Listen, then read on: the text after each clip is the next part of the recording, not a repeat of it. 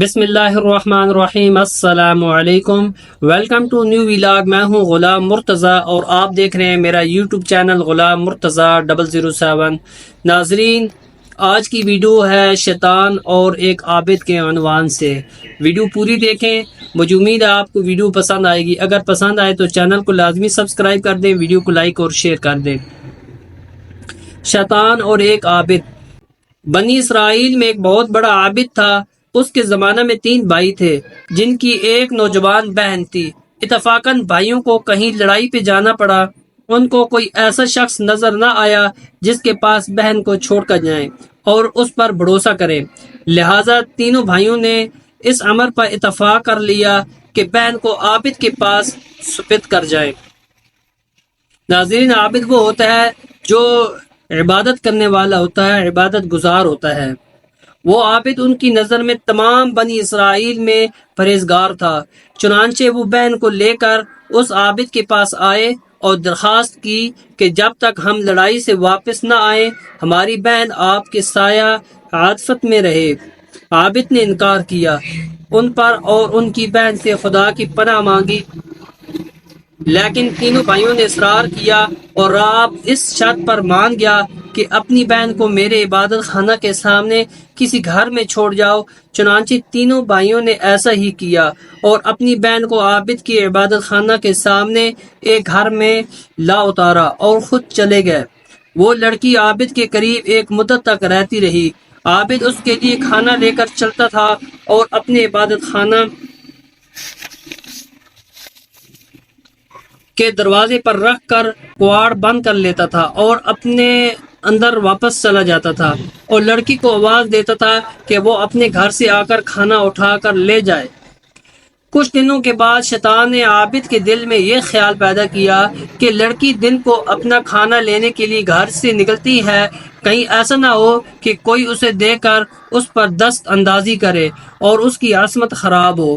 بہتر یہ ہے کہ میں خود اس کا کھانا اس کے دروازے پر رکھ آیا کروں گا، اس میں مجھے اجر بھی بہت ملے گا۔ الغرض وہ عابد اب خود کھانا لے کر اس کے گھر جانے لگا۔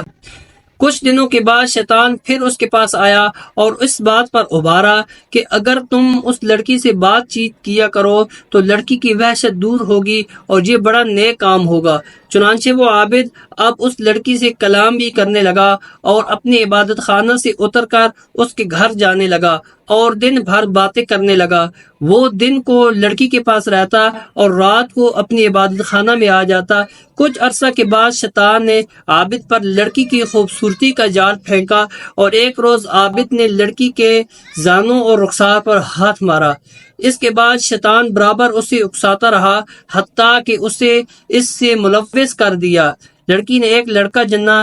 پھر شیطان عابد کے پاس آیا اور کہنے لگا کہ لڑکی کے بھائی آ گئے تو تم کیا کرو گے؟ میں ڈرتا ہوں کہ تم بڑے ذلیل ہوگے، تو تم ایسا کرو کہ اس بچے کو زمین میں گاڑ دو۔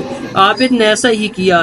پھر شیطان نے عابد سے کہا، مجھے شبہ ہے کہ یہ لڑکی اپنے بھائیوں سے سارا قصہ بیان کر دے گی، لہٰذا اسے بھی ذبح کر کے بچے کے ساتھ دفن کر دو۔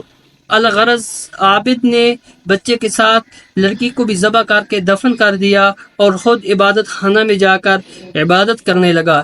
ایک مدت کے بعد لڑکی کے بھائی واپس آئے اور عابد سے اپنی بہن کا حال پوچھا تو عابد نے کہا وہ مر گئی ہے، اور قبرستان میں انہیں لے جا کر ایک قبر دکھا دی اور کہا یہ تمہاری بہن کی قبر ہے، اس قبر پر فاتحہ پڑھو۔ بھائیوں نے دعائے خیر کی اور واپس گھر چلے آئے۔ رات کو تینوں بھائیوں نے خواب میں دیکھا کہ شیطان ایک مسافر آدمی کی شکل میں آیا ہے اور ان سے اس کی بہن کا پوچھا۔ انہوں نے اس کے مرنے کی خبر دی تو شیطان نے تینوں سے کہا، نہیں، ایسا نہیں، بلکہ اس عابد نے تمہاری بہن کی عزت کو لوٹا ہے اور اس سے ایک بچہ پیدا ہوا جسے عابد نے مار ڈالا اور تمہاری بہن کو بھی ذبح کر ڈالا اور دونوں کو اس گھر میں دفن کر دیا۔ تم اس گھر میں داخل ہو کر فلاں کونے میں جا کر دیکھو، وہاں وہ گڑھا موجود پاؤ گے۔ صبح تینوں بھائی اٹھے اور ایک دوسرے سے یہ خواب بیان کر کے اس مکان میں گئے اور اسی کونے کی طرف بڑھے تو وہاں گڑھا موجود پایا۔ کھودا تو دونوں لاشیں نکل آئیں۔ اس کے بعد وہ عابد کے پاس آئے اور سارا ماجرا بیان کر کے اس سے پوچھا۔ اس نے بھی اقبال جم کر لیا۔ پھر تینوں نے بادشاہ سے جا کر شکایت کی تو عابد کو عبادت خانے سے نکالا گیا اور اسے پھانسی کے لیے دار پر لایا گیا۔ تو شیطان آ گیا اور کہنے لگا مجھے پہچانو، میں تمہارا ہی ساتھی ہوں جس نے تجھے عورت کے فتنے میں ڈال دیا۔ اب اگر تم میرا کہا مانو تو تمہیں پھانسی سے بچا سکتا ہوں۔ اس نے کہا کہو کیا کہتے ہو، میں مانوں گا۔ شیطان نے کہا خدا کا انکار کر دو۔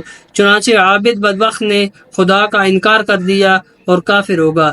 شیطان اسے وہیں چھوڑ کر چلا گیا اور سپاہیوں نے اسے دار پر کھینچ دیا۔ ناظرین، یہ جو واقعہ میں نے آپ کے سامنے رکھا ہے، اس واقعے سے ہمیں یہ سبق ملتا ہے کہ ہم اللہ تعالیٰ کی عبادت کریں اور اللہ تعالیٰ کے حکم کو مانیں، شیطان کی باتوں میں کبھی نہ آئیں، کیونکہ شیطان کبھی کبھار ہمیں سبز بات دکھاتا ہے اور کبھی کبھار ہمیں خوبصورت لڑکیوں کی شکل میں، خوبصورت چیزوں کی شکل میں ہمارے ذہن کو خراب کرنے کی کوشش کرتا ہے۔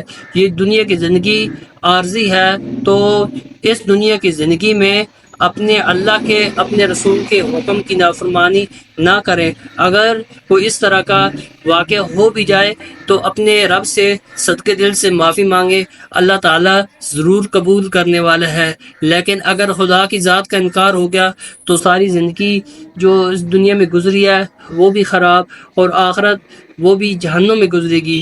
تو اللہ تعالیٰ سے اپنے گناہوں کی معافی مانگنی چاہیے اور ہر وقت اس کے در پر سجدہ سہو ہونا چاہیے۔ انشاءاللہ ملیں گے نیکسٹ ویڈیو میں، تب تک اللہ حافظ۔